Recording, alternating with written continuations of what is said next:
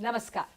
आम आदमी पार्टी का बड़ा चेहरा और राज्यसभा सांसद संजय सिंह जमानत पर जेल से बाहर आ गए हैं। आम आदमी पार्टी के कार्यकर्ताओं में खुशी की लहर है। संजय सिंह इस वक्त हमारे साथ मौजूद है।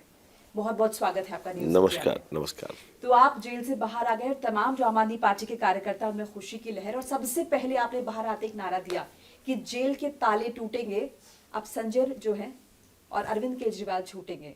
मनीष सिसोदिया और सत्येंद्र जैन और हमारे साथी केजरीवाल जी सब लोग छूटेंगे। जल्दी न्याय मिलेगा क्योंकि अब बहुत सारे तथ्य सामने आ रहे हैं अदालत के, और मुझे लगता है कि जल्द ही हम लोगों को न्याय मिलेगा। जी सर, आपकी तरफ से लगातार कहा जाता रहा कि भारतीय जनता पार्टी लोकतंत्र की हत्या कर रही है, कहीं ना कहीं कोशिश की जा रही है कि आम आदमी पार्टी को खत्म किया जाए। बिल्कुल, मैंने ये बात बार बार कही, और इसलिए भी कही कि ये जो पूरा मामला केजरीवाल जी के खिलाफ बनाया गया, ये तो पूरा मनगढ़ंत, फर्जी, झूठा, बेबुनियाद, बिना सबूत के मामला बनाया गया। अब क्या मामला है आप समझिए जरा। 162 गवाह ईडी के हैं, 294 गवाह सीबीआई के हैं, दोनों एजेंसियों को मिला के 456 गवाह हैं, और मात्र 4 गवाहों ने अरविंद केजरीवाल का नाम लिया। किसने? शरद रेड्डी, मंगुंटा रेड्डी, राघव रेड्डी, सी अरविंद, इन लोगों ने नाम लिया। मंगुंटा रेड्डी के यहाँ 16 सितंबर 2022 को छापा पड़ता है, रेड पड़ती है ईडी की। 10 फरवरी को उसके बेटे को अरेस्ट कर लिया जाता है 2023 में, और 10 फरवरी को अरेस्ट होती है।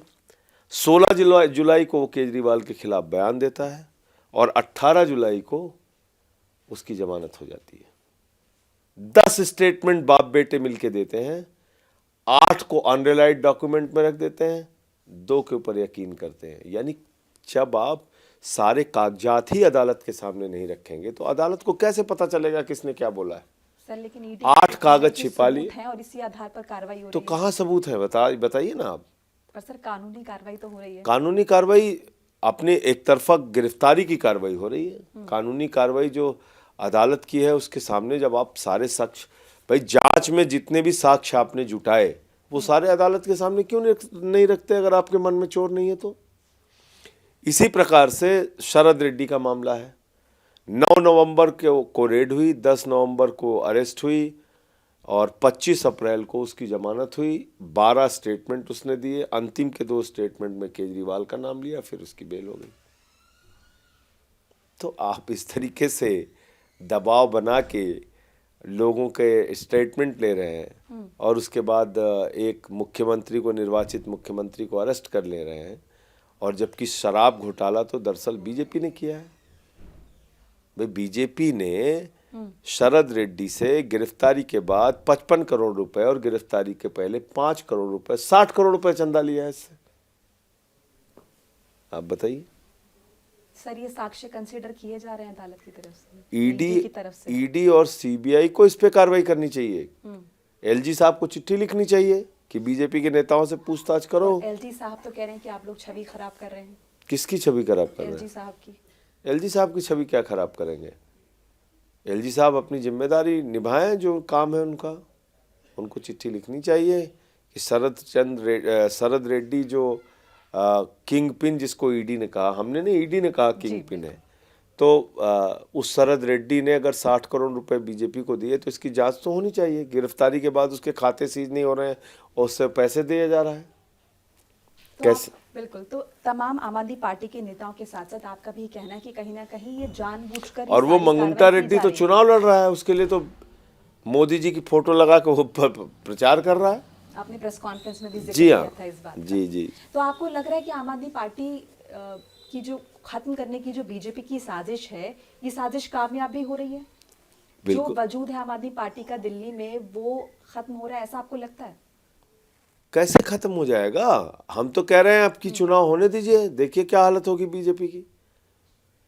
विधानसभा में 0 सीट आएगी बीजेपी की। और बताइए आप। दिल्ली में खैर विधानसभा में तो बात ही नहीं है। आप इसमें भी 7-0 होगी। इंडिया गठबंधन का जो चुनाव हो रहा है, लोगों में गुस्सा है, रोष है। लोग कहीं ना कहीं इमोशनली कनेक्ट करते हैं आम आदमी पार्टी से, तो आपको लगता है कि एकदम, ये क्योंकि चीज साथ केजरीवाल जी ने आपके बिजली फेवर पे, में जाएगी? पानी पे, शिक्षा पे, स्वास्थ्य पे, बुजुर्गों की तीर्थ यात्रा पे, महंगाई कम करने पे, 1,000 रुपए की आर्थिक सहायता देने पे काम कर रहे हैं। केजरीवाल जी ने काम किया है, इसलिए उनके प्रति लोगों के मन में एक प्रेम है, सहानुभूति है। सर, अरविंद केजरीवाल जी जेल से सरकार चलाने की बात करें, तमाम आपके जो विधायक इस बात पर एकजुट भी हैं, लेकिन क्या ये प्रैक्टिकल है कि जेल से सरकार चलाई जाए? बिल्कुल प्रैक्टिकल है। सुब्रतो राय सहारा को तो वहाँ पे इंटरनेट, फ़ोन, ऑफिस, मीटिंग करने का इंतज़ाम, जिन लोगों से मीटिंग करते थे उनकी गाड़ी भी अंदर जाती थी। चंद्रा ब्रदर्स को वहाँ पे फ़ोन और इंटरनेट और मीटिंग करने की इजाज़त थी। हालांकि ईडी ने इस पर भी सवाल उठाए कि इतनी ज्यादा फैसिलिटीज क्यों अरविंद केजरीवाल को दी जाए। कोई फैसिलिटी नहीं दी गई है अभी तक, वो सामान्य कैदी के तौर पे हैं। जी।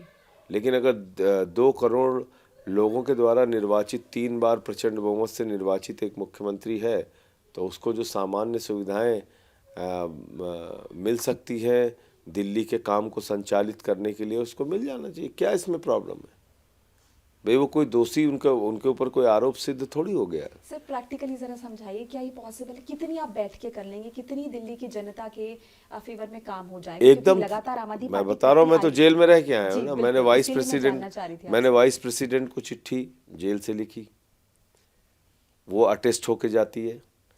मैंने पार्लियामेंट की स्टैंडिंग कमेटी को कॉन्फिडेंशियल लेटर लिखना होता है, गोपनीय पत्र, और गोपनीय पत्र आता है। गोपनीय पत्र आया सील्ड कवर लेटर में, और मेरे सामने सील्ड उसकी खोली गई। मैंने लेटर लिया, जवाब दिया सील्ड कवर लेटर में, वापस पार्लियामेंट में आया, कोर्ट से ऑर्डर लिया। कोर्ट ने ऑर्डर किया जब भी स्टैंडिंग कमेटी की मीटिंग हो, जब भी स्टैंडिंग कमेटी बुलाए कि तो उसमें संजय सिंह को भेजा जाए। बताइए क्या नहीं हो सकता? यानी आपको लग रहा है कि अरविंद केजरीवाल कोर्ट के भाई, अभी क्या है कि वो विचाराधीन, आप ये समझिए, पहले हम लोगों का मामला ज्यादा हाईलाइट होता है। 80% लोग देश की जेलों में विचाराधीन है, अंडर ट्रायल है। 80% हमारे देश की न्याय व्यवस्था को समझिए, 10-10 साल से लोग विचाराधीन हैं। अभी जीएन साई बाबा का मामला हुआ, 90% जो व्यक्ति हैंडीकैप्ड है उसको आपने 10 साल तक जेल में रखा, उसके बाद कह दिया ये तो निर्दोष है। अब बताइए, उनके जिंदगी के 10 साल कौन लौटाएगा? जी।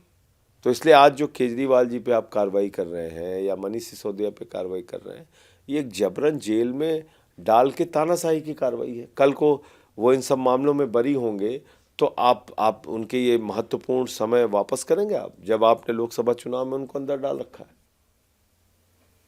सर, केजरीवाल जी ने भी एक मंच से कहा था कि अगर आप पर आरोप लग रहे हैं भ्रष्टाचार के, तो आपको पहले इस्तीफा दे देना चाहिए। हाँ, तब केजरीवाल जी को निष्पक्ष नहीं जांच पता होनी था चाहिए। कि एक नरेंद्र मोदी जैसे प्रधानमंत्री देश में आएंगे जो सभी राज्य की सरकारों को ऐसे ही पकड़ पकड़ के जेल में डालेंगे, बिना किसी सबूत, बिना किसी गवाह, बिना किसी आधार के। अब है ऐसी परिस्थितियां। सर, चुनाव नजदीक है, आम आदमी पार्टी कैसे प्रचार करे? या पूरा का पूरा वक्त इसी में निकल जा रहा अभी है सफाई जेल के का स्टोरी जवाब में? वोट से हमारा अभियान आज से हमने लॉन्च किया है, और इसके बाद जो हमारे घोषणा पत्र के मुद्दे होंगे, जो जनता के जीवन से जुड़े होंगे, वो मुद्दे लोगों तक पहुंचाएंगे, वोट मांगेंगे। ये भी कहेंगे कि जिस तरह से केजरीवाल जी को आज की तारीख में प्रताड़ित किया गया है, उनके साथ आइए और इस चुनाव में जेल का जवाब वोट से दीजिए।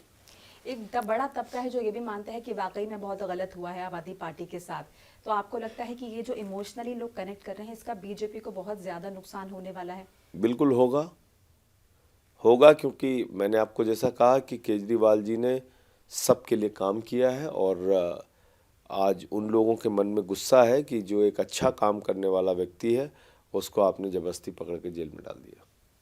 सर, ऐसी भी खबरें आई थी कि सुनीता जी ऑल्टरनेटिव के तौर पर सामने आ रही हैं अरविंद केजरीवाल की। कहाँ से आई थी मुझे नहीं पता। नहीं सर, इस तरह की खबरें मीडिया में नहीं, आती थी।